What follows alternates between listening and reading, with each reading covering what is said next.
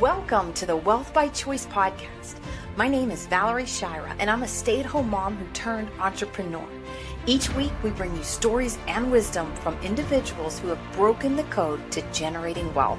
Thanks so much for being here with me today. Let's get started.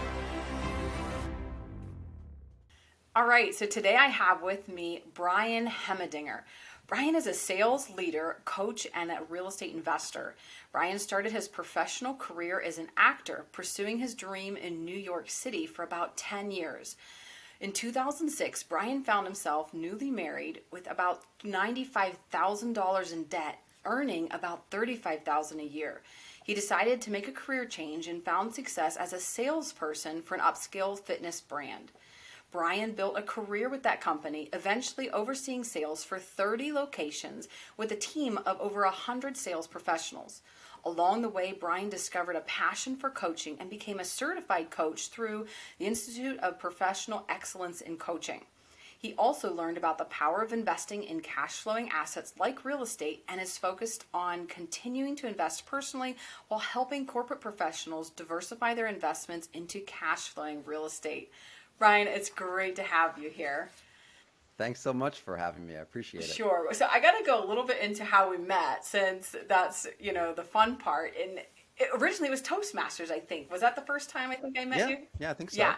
Yeah. So Brian runs the Toastmasters for real estate group that I'm in, and it was been fantastic. I think the first thing that I remember is just seeing how well spoken he was, and it really motivated me, who kind of came into the group thinking there's no way I could ever, speak in public or even speak to a group of Zoom people. And so I found him inspiring and really encouraging. And I want to thank you for that, Brian. But yeah, that's kind of how we met. And I would say that was probably a big turning point for me, where I felt like I could really change and do things that I thought were impossible at one point in time. Yeah, that's such a great point. And that's the thing I love about Toastmasters, because I was in a very similar kind of circumstance where, well, first of all, I had a total fear of public speaking. And then throughout life, as you grow your career and you want to take on other opportunities, oftentimes those opportunities require you to be an effective communicator, to get up in front of people and speak. I was in that situation, and I was so terrified. And at a certain point, I was like, I want to be better at this, and I want it to be just less horrifying. And so that's when I joined Toastmasters.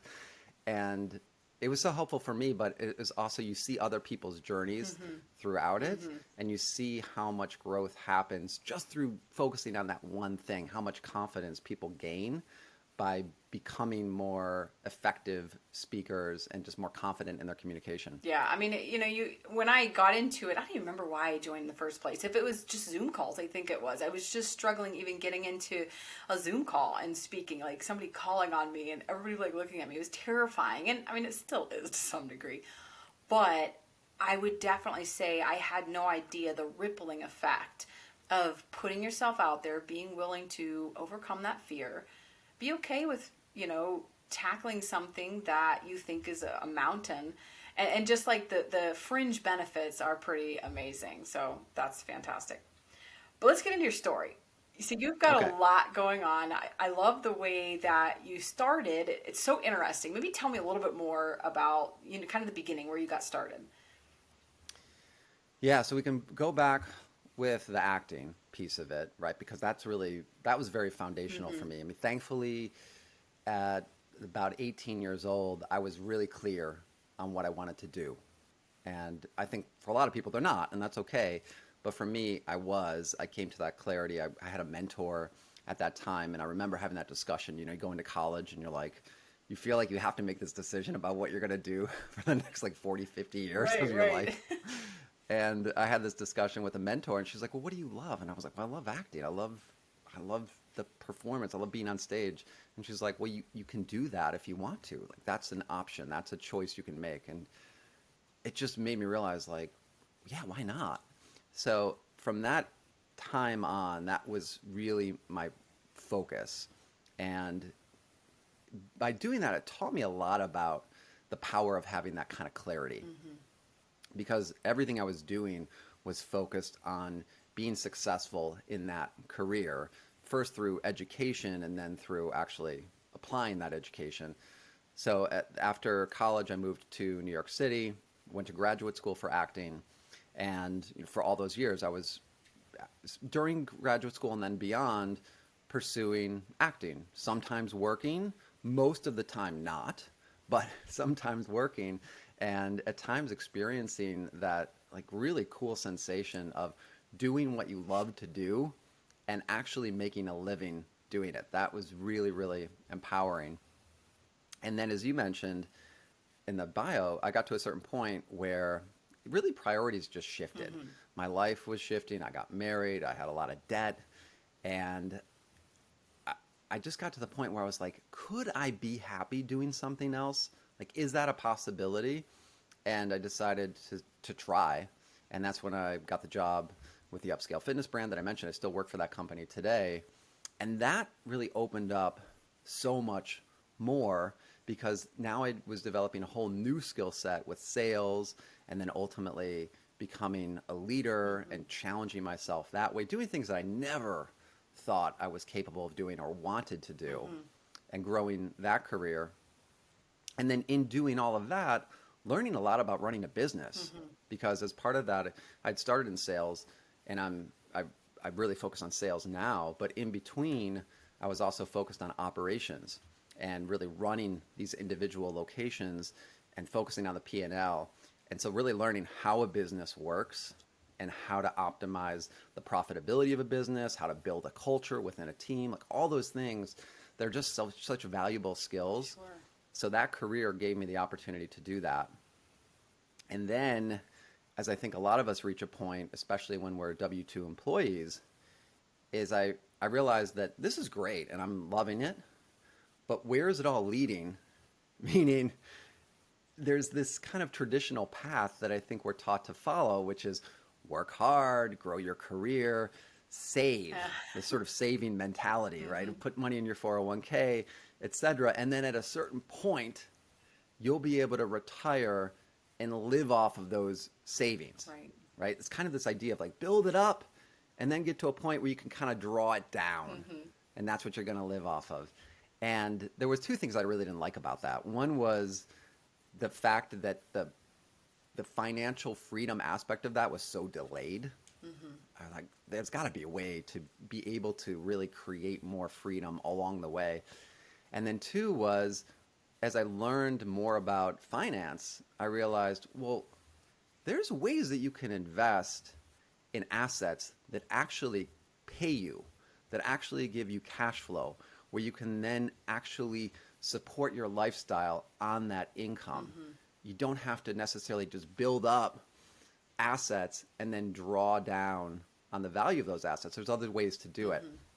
And that's how I discovered real estate. And that's in other types of investing too that are more focused on cash flow producing types of assets. Yeah, yeah. Okay, so that's a lot. One thing that you mentioned I really want to touch on is not discounting other options.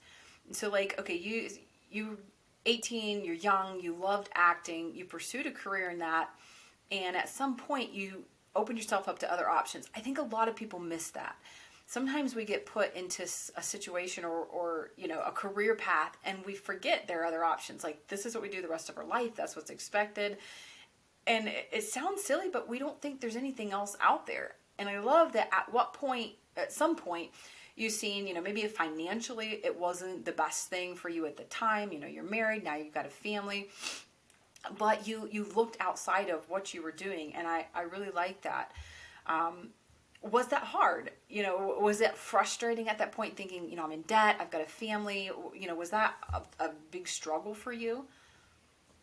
It was. It was really hard. Not so much the financial aspect of it, but it was more of the fact that I'd worked for so many years focused on one thing and my identity was so connected to that that the idea of kind of abandoning that just felt so wrong.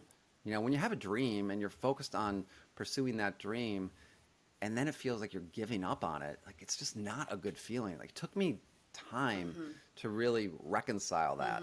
And I think what it came to was I had to look at my own behavior too, because I think our behavior tells us a lot about what we want and what we're willing to do and ultimately what we value. Mm-hmm.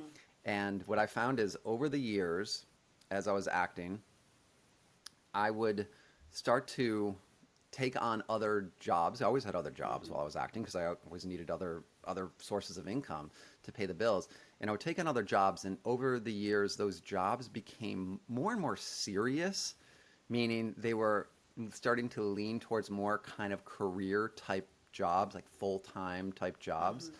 And and I realized that that was me valuing that kind of stability Sure. more than I valued pursuing acting, That makes right? It sense. started to tell me what I was willing to do and what I ultimately valued. Mm-hmm. And that was kind of what I had to reconcile with was, I can say all I want that I'm focused on being an actor, that's my identity, but really my actions are going to really tell me what I ultimately value. Mm-hmm. And as I started to look at that and started to just accept that it would be okay to make a different decision, that that I'm the one that's putting that expectation on myself, that I'm not disappointing anyone, like all those Right. things, that's what really opened me up to it, and at least trying to do something different. Because I Mm-hmm. was like, well, what's the harm in going for Mm-hmm. this and going full force and just committing 100% to this one thing, Mm-hmm. just in the way that I've committed to acting, and just seeing what happens. Mm-hmm. Like, well, the worst case scenario is I don't like it, do it for a year, and then go back to what I was doing. Mm-hmm. And I just opened myself up to that and said, let's give it a shot. Let's just go full force. And in doing that, I found like, oh, wow, I really enjoy this. Mm-hmm. And that just led to something completely new and just so gratifying as it has been over the last 17 years now. I love that. And it's funny because what I'm seeing here are actually you and I, two polar opposites. I am the opposite, whereas I'll try something for like a month and be like, okay, that's not working. Let's try something new for a month, and there's like two extreme opposites in the sense that, you have individuals who they pick one thing and they feel like they can't veer and they can't change from that. And you need that. You have to commit to things, you can't just keep dabbling in everything the way I have. And that's something I've definitely struggled with, knowing, when is it time to continue to push through until you succeed? I mean, you stick to plan A until it works, because technically in any field you can make money. There are people making money, people successful in pretty much any field. So it can be done. Are you willing to put the time and the energy to get that good, put those, what is it, 10,000 hours into it to become a master? Or, are you just losing interest in it? Are you wanting to change into something else? So that's definitely something I think a lot of people probably struggle with, trying to find the balance between the two. I agree. And I think it's particularly people that have high ambition Mm-hmm. and that have a growth mindset, Mm-hmm. that recognize that they have more potential Mm-hmm. and they want to pursue that potential and trying to find the path to really create the greatest impact. Like for me, it was always, even as an actor in making that transition, the thing that I think bothered me about being focused on acting and not really getting the kind of results I was looking for was I felt like I wasn't really using myself. Like I really wasn't using Mm-hmm. my talents. I wasn't really creating any kind of real impact because I was trying to do something, but I really wasn't getting where I wanted to go with it. I really didn't feel like I was making a lot of progress. Sure. And to me, that's the biggest thing. Progress equals happiness. Mm-hmm. Like when we're in the pursuit of something and we feel ourselves making progress, even if we're not reaching maybe the goal Mm-hmm. that we set, if we feel that we're making progress, that's where the fulfillment comes from. So I think with people with that kind of mindset, it's very common that something will kind of catch our attention and we'll say, oh, you know what? I could do that too. Right. Like I have the potential to do that. That sounds good. And then we'll start to put some focus on it. And then we may realize along the way, one of two things. Either I don't like it Mm-hmm. or, okay, the what this is going to require of me is greater than my my passion for what it is, Right. Sure. Sure. or it's again, it comes down to the values. It's like, okay, if you value, for example, having a certain level of time freedom Mm-hmm. and this thing that you're pursuing is going to require you to compromise that value, then you may be like, well, what I'm looking to get from that, it isn't worth it for me to sacrifice what I would need to give up in terms of what I value with time freedom. Yeah. And that bring two things that really changed my dabbling habit. And one, it was the book, So Good They Can't Ignore You. Love that book. It was fantastic. It really helped me see I may not be passionate about it because I'm not good at it. Like speaking in public or speaking to people on Zoom meetings. I hated it. I would like sweat bullets, get so nervous, say the stupidest things, which I still do. But I hated it, and it was because I really sucked at it. But the better I've become, I actually enjoy it. Like, I love getting on. Like, sitting here talking to you about this stuff just gives me energy, and I love it. It's so fulfilling. And it's because I've gotten better at it. So there is definitely an element of you can't toss it out because you don't think it's your passion yet. You may just not be good at it. But again, what you're saying is basically your core values. What are they? Some people don't even know their core values. And that was the second thing that really changed me. And it was when Jonathan and I had to sit down and what are our core values as a family? And one of them was freedom of time, freedom of money, freedom to be able to go places and do things. And so once we really clearly defined those values, then our decisions were so easy. Do they line up? Nope. They're not an option. Does this line up? Yes, it does. Okay, let's look at it. So those two things really changed that element in as far as my decision making. So I really appreciate you pointing that out.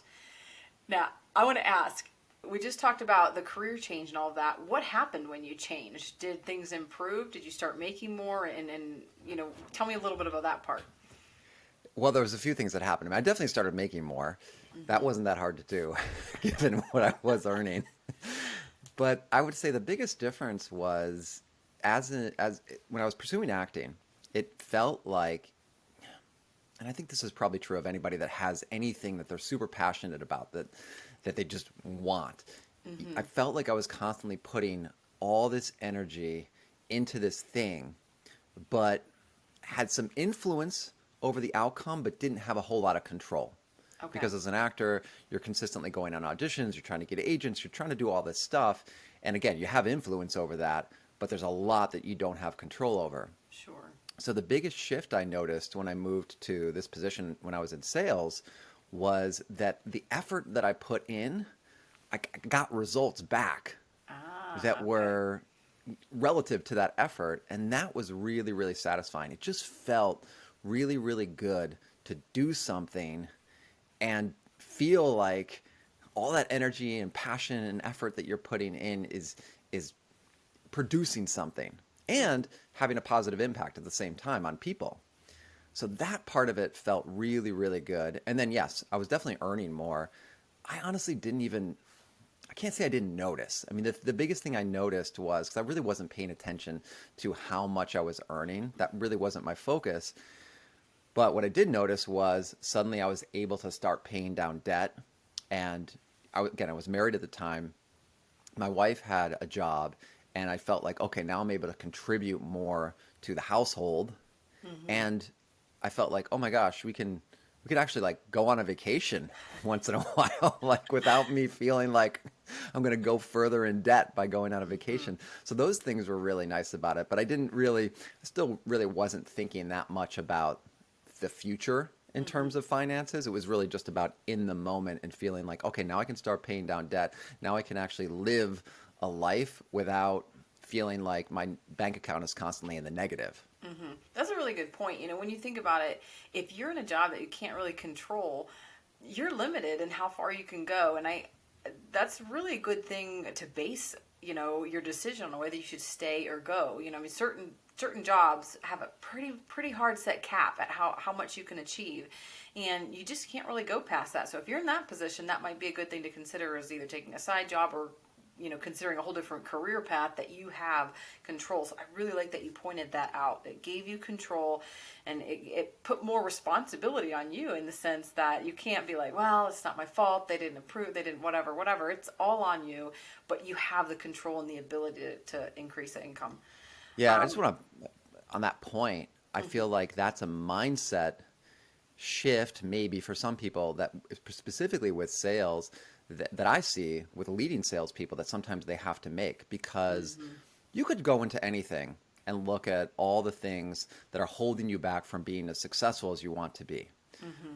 But again, in sales, you have so much influence over the outcome because, as you said, it's really about how much do you produce and therefore how much do you earn in Mm-hmm. response to what you're producing. And sometimes I see salespeople just consistently looking at all the things that are working against them Mm-hmm. without taking full responsibility for what they can do about it.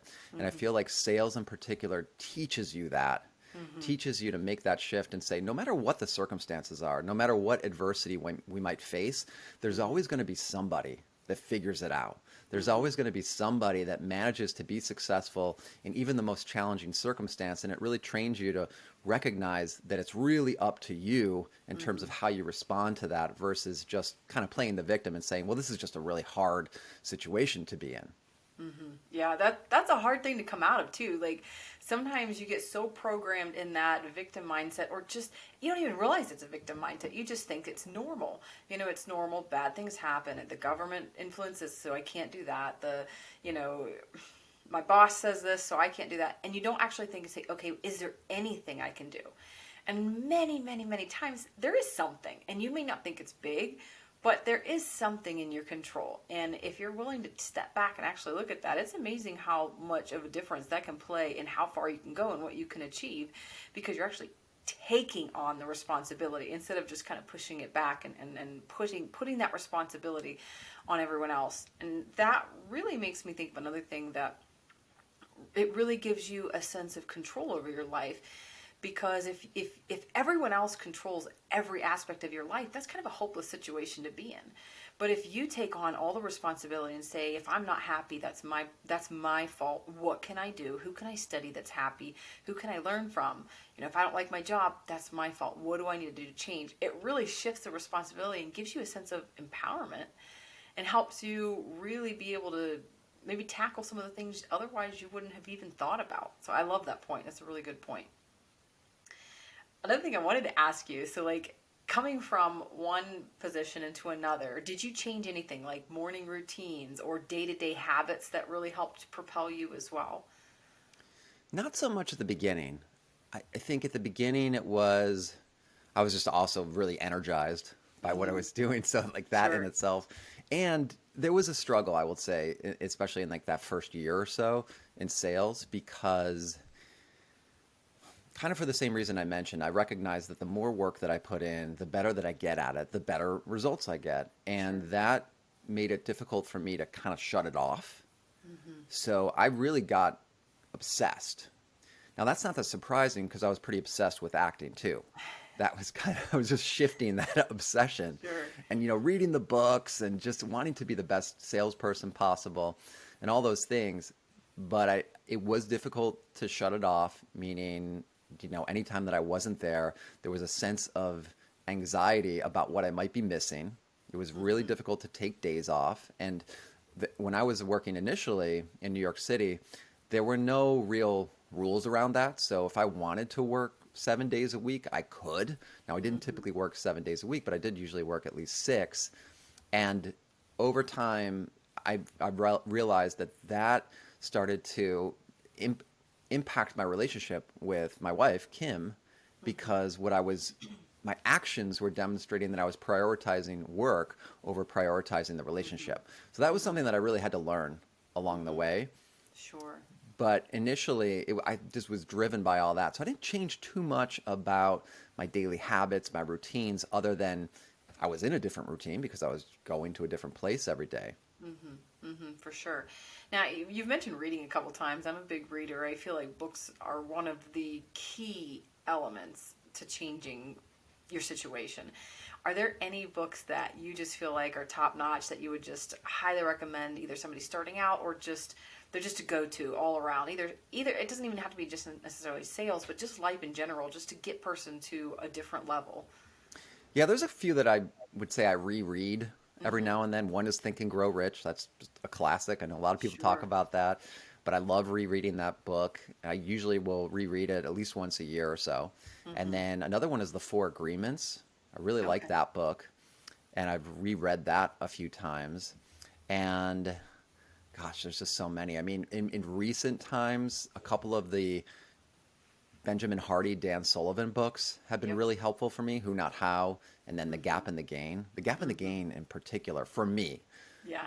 Who Not How I think is great for all audiences, but there's a certain audience that I feel like really benefits from that. But The Gap and the Gain I think is really beneficial for people that just have that tendency, like they're high achievers and they Hmm. have that tendency to just look at the gap between where they are and where they want to be and not really recognize the results that they've already gotten. So those are a Yeah. few that I've Yeah. found to be really influential. Well, it's interesting. So my husband and I are thinking about doing some RV traveling this summer, and a lot. We're thinking about actually doing it for a couple months, and it's funny. One of the things that I was sitting down and writing down was like, if I could only take 10 books, what 10 books would I take? That sounds like a lot, but out of all the books that I've read, I'm really starting to think about which ones not only have made a big impact, but are rereadable, and that you just kind of carry on and on. And for me, one of them, I'm a Christian, so the Bible's like one of those books that you could just reread over and over and over, and you keep getting more out of it.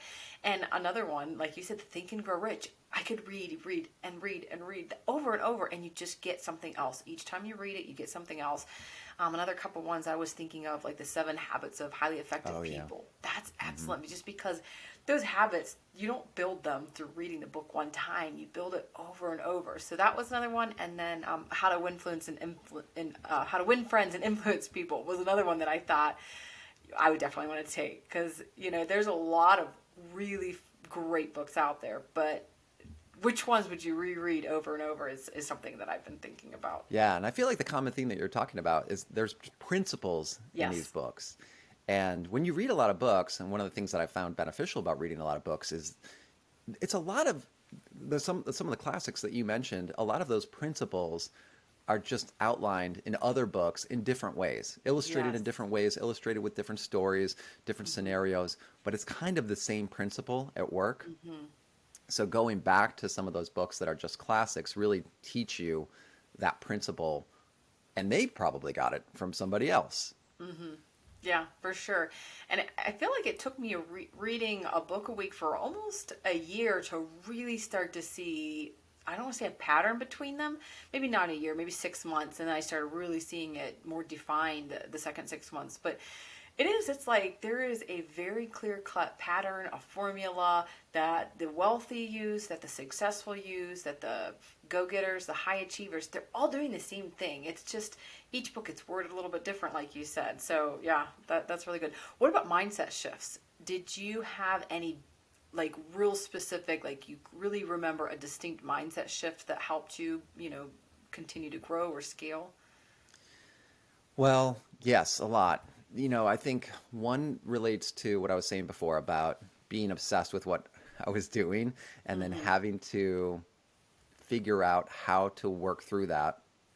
So that mindset shift was more around values, really, Mm-hmm. of recognizing what are my true values in life and how is what I'm doing actually demonstrating those values. So, Sure. for example, I recognized that I was working at a pace that just wasn't sustainable. And as I said, that was starting to impact my relationship. And so I recognized, okay, I need to put the relationship as one of my highest values, and I need to Mm-hmm. actually take action that demonstrates that.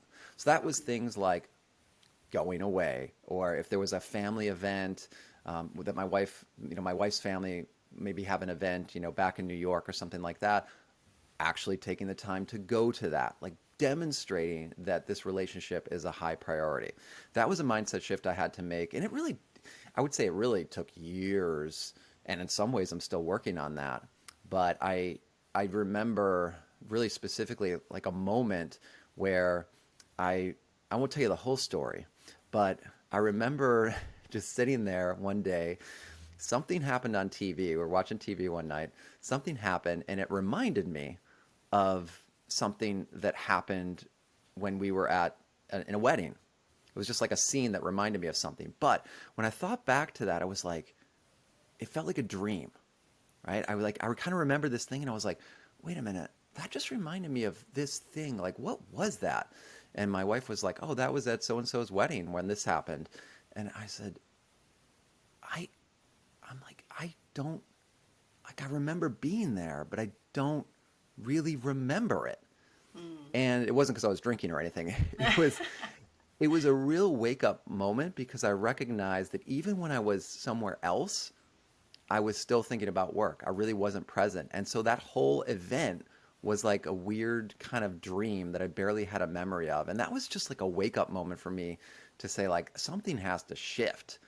And Mm-hmm. that's actually when I got more into mindfulness. I went to a mindfulness class, and then over time getting more into meditation Mm-hmm. and just really taking the time to really think about being present, prioritizing what are the things most important for me in life, and recognizing that I can have both. It doesn't mean that I'm compromising who I am at work. It doesn't mean that I'm going to be less effective if I prioritize my personal life and my mindfulness and my time with Kim, that I can Mm-hmm. really do both of those things. So that was a really big shift that I, again, took years, and it's still something Mm-hmm. that I work on. Yeah, and that's hard, especially for an entrepreneur to be able to be present when they're not working is hard. It's a challenge, and so many I've heard so many people say that it's just you're out and you're just thinking, your mind doesn't stop, and so yeah, that's definitely a great mindset shift is prioritizing. Is there anything specific that you would do different if you were either starting over or if you're advising somebody else, like, hey, look, I did this, I would not do that again. I change this or that. That's such an interesting question because I think about that a lot in terms of that question comes up a lot, right? What would you do differently? And Mm-hmm. there's a concept that in coaching that I remember when I went through a coaching certification that really stuck out to me, which was that there are no mistakes. This idea of there are no mistakes, meaning if you look at anything in your life that you might look at now and be like, ooh, maybe I should have done that differently, or that was a mistake making that decision. It's only after the fact that you're saying that. In the moment, you made the decision that was the best possible decision for you in the moment, given your circumstances, given your mindset, given whatever was happening around you. You don't purposely make a decision and say, I'm going to go ahead and make a really bad decision here. You make the decision that you think is the best decision for you to make in the moment. And then Mm-hmm. after the fact, you might look back on it and look at the results and say, then you judge it and say, okay, Mm-hmm. was that a good decision or a bad decision? So to answer your question, there's really nothing I would do differently because my belief is that everything that we do leads us to where we are today. So in terms of advice, though, that I would give other people, or that when I'm working with salespeople or leaders, I try not to give so much advice. I try to ask questions, try to Mm-hmm. understand like what they're working through. Again, what help them work through what their priorities are right now and where they should focus and whatever it is that they're working through emotionally or whatever it might be or whatever decisions that they feel like they need to make just to help them get clarity in the Mm-hmm. moment on what they feel like is the best way to move forward. That's really my goal. Advice, I feel like that's me from my perspective telling them what I think they should do, and how am I supposed to know? Mm-hmm. I think the best thing to do is just try to help them gain clarity for themselves. I love that. That's a fantastic perspective. I like that. Thanks for sharing that. Um, Now, wrapping up, what is your plan moving forward? Do you have any big plans? Is there anything specific you're working towards or wanting to try and achieve? That's a great question. So I feel like I'm at a little bit of a inflection point right now. So I'm really happy with my career. I love the company that I work for. I love what I do. So that's really, really good. But again, my goal is to be able to achieve financial freedom so that I'm not in a position where I need to do what I do because Sure. anything could happen. And in fact, in 2020, when our fitness clubs closed down, thankfully I was able to continue to work, but it really woke me up to the Mm-hmm. fact that things can happen and I may not have a career at that point. I may not have that job that I have now. Right. So the goal is to work towards financial freedom, but at the same time to do it in a way where I'm pursuing something that I'm truly passionate about and that I feel like is making a significant impact. So Mm-hmm. real estate has been a real focus for me over the last few years, and I've made some investments, and I'm really figuring out what I want to do within that, in how active I want to be, and how I can use the skill set that I've worked on throughout the years to have the most impact in real estate and to add the most value. But I'm still figuring it out. Sure. I'm doing, and I'm staying active and involved, but at the same time, I would say I don't have crystal clarity on exactly what it is that I want to do. So that's part of it. Coaching for me is something that I'm really passionate about. So that's something that I want to continue to do. And ultimately to find a way to gain that financial freedom, mainly through passive income, and also kind of create something, whether that's coaching or something else, that will create kind of another career for me down the line that I can continue to do for like a long time, because I'm Sure. not somebody that I don't see myself getting to 60, 65 and saying like, okay, I'm retiring. Like that just doesn't even appeal to me. It's Right. just I would love to be able to transition to something that I'm really passionate about, that I really love doing, and that is on my terms. Yeah, yeah. I love that. That's great plans. Looking forward a lot that I think you're going to accomplish over these next couple years. Brian, it's been great. I'm going to wrap up. My last thing is, how can people reach you? If the people are interested in coaching or if they're interested in investing, getting to know you better, what's the best way for them to reach you? Okay, so a few ways. Email's great. Probably the best email, Brian at maybarcapital.com. That's M like Mary, AEBAR capital.com. Social media, I'm not super active on social media, but I do receive messages. So LinkedIn is fine, Brian Hemedinger. I'm pretty much, I'm one of the only ones out there, so you're going to find me. And then Instagram is at B Hemedinger. That's probably the platform that I'm kind of most active on or receive the most messages on. So those are all good Okay. ways to reach me. Okay. All right. Well, thanks so much, Brian. I really appreciate you taking the time and adding so much value to us today. I hope you have a fantastic week. Thanks, Valerie. Thanks so much for having me. Thank you for joining us today. I'm so grateful that you took the time to invest in yourself and to learn with me today. If you're interested in joining a group of like-minded people, I want to personally invite you to our free networking group where you can make connections and build relationships with people who are working together to generate wealth. Just click the link that is included in the show notes, and I hope to see you there.